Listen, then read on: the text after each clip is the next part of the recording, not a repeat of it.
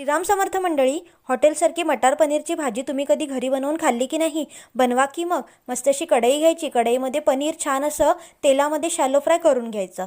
ते shallow fry करून झालं की पुन्हा त्याच कढईमध्ये तेलामध्ये कांदा, टोमॅटो, आलं, लसूण, हिरवी मिरची आणि काजूचे तुकडे आणि त्यात घालायचं मीठ. हे छान असं त्याला मस्त असं पाणी सुटेपर्यंत, एकजीव होईपर्यंत छान असं परतून घ्यायचं. नंतर त्याची छान अशी मिक्सरमध्ये पेस्ट करून घ्यायची. नंतर पुन्हा कढईत तूप घालायचं, तेजपत्ता घालायचा आणि केलेलं वाटण छान असं तेलामध्ये तेल सुटेपर्यंत परतून घ्यायचं. जगभरातले मसाले घालायचे आणि मग त्याच्यामध्ये घालायचे मटार.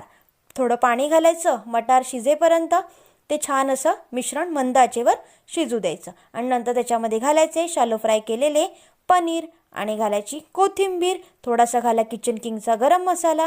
मस्त अशी आपली हॉटेलसारखी मटार पनीरची भाजी तयार. नेहमी नेहमी काय हॉटेलमध्ये